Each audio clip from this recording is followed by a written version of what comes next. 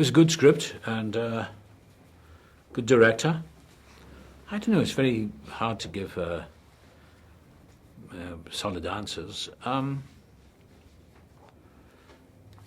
Talking to the director when we were making it, I said I just wanted to make sure that there was a dimension to this priest that made him very human and open to all his own doubts and lack of faith in his struggles with his own inherent atheism or disbelief.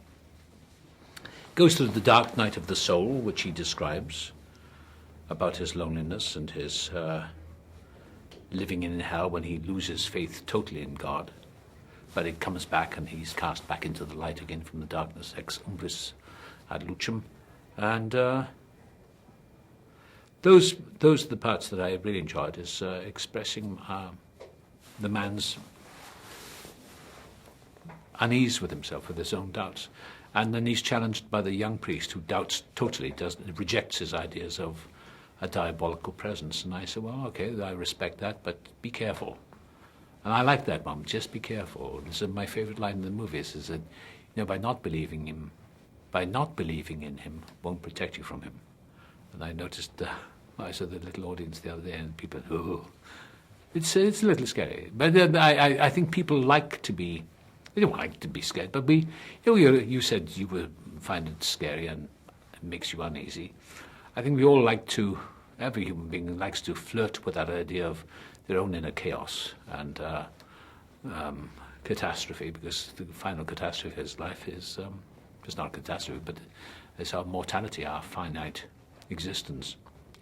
So we take a little sidelong glance at it, and we go to the movies to watch films like this, or Rosemary's Baby, or The Exorcist, or The Shining, or Silence of the Lambs, whatever it is, because it gives ourselves a little shock that we know we can come out in the sunlight on Westwood Boulevard and have our popcorn or whatever, or go for a coffee afterwards and have a discussion. But it's a bit of a thrill. It's like reading Edgar Allan Poe. Or reading The House of Usher, or reading anything that's dark.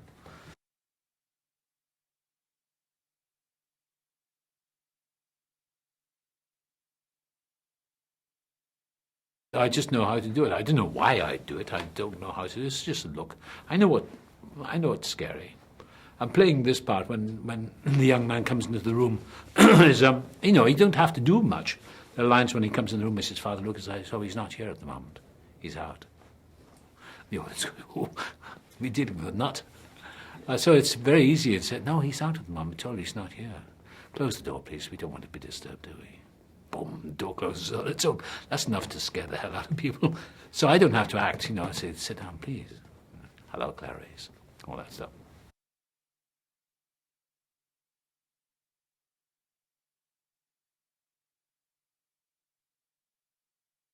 And I think they put that special effects on. I was kind of surprised that they put so much on at the end. But no, I didn't have any makeup. It was just, there's some, computer stuff they do after the film.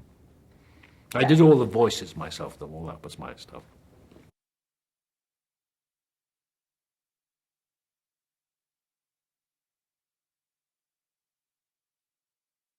It was the most beautiful city I've been in for a long time. I look back on it with great nostalgia. We arrived on May the 22nd, I remember, Saturday night. We drove from Venice, from Rome, spent one night in Venice, and then drove across Slovenia into Budapest.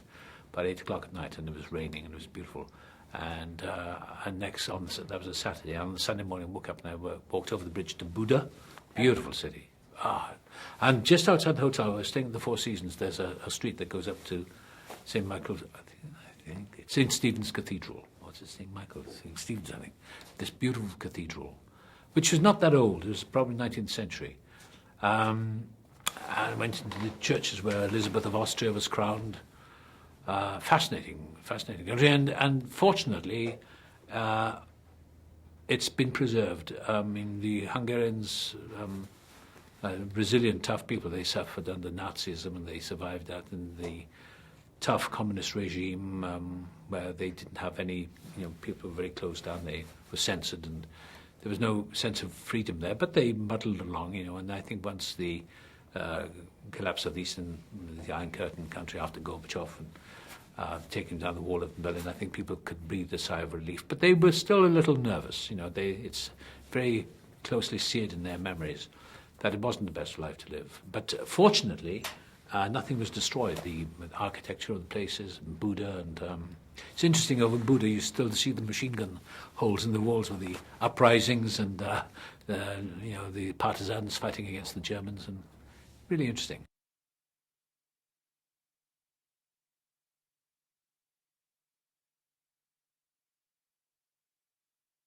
Well, I was intrigued and interested. I've never delved into exorcism, but I'd never played it. I don't think I've ever played a priest before. But when I was talking to Michael Hofstrom, I said I'd like to give him another dimension of a man who is himself going through grave doubts and crisis in his life. There's a scene in the film where they cut it out, actually. It wasn't because it was unnecessary for the film. But there's a scene, a little bit of information where I say to the young priest at the beginning of the film, I said, when my mother died, and as a young man, I was very angry at God, and I gave it up. I said, here I am in Rome. So much for all dressed up for the carnival, which they've kept in, the final exorcism scene. The destiny brought me there. There's a scene where I say, there are times when I really don't know whether I believe in God, Santa Claus, or Tinkerbell, but I keep going, and in the darkness I feel God's fingernails scratching around inside me until I'm cast out from the darkness back into the light, ex umbris ad lucem, or something like that, I say, just to throw it away. And that's what I wanted to do, a man who would never preach at the young priest. You've got to believe. He said, well, if you don't believe, that's up to you, but I do believe, and that's my life. I don't preach anyone what I believe. I believe what I believe, and I never get in people's way. If an atheist wants to challenge me, I'd say, well, good, okay, you give me your best shot. I won't argue. What's the point of arguing?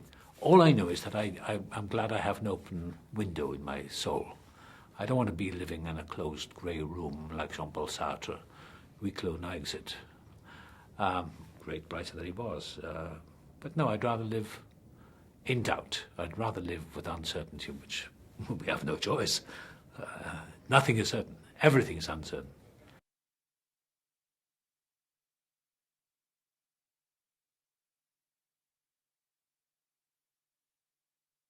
No, I gave him a bad time.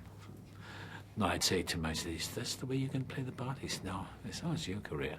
No, he's a wonderful actor. And this is his first movie.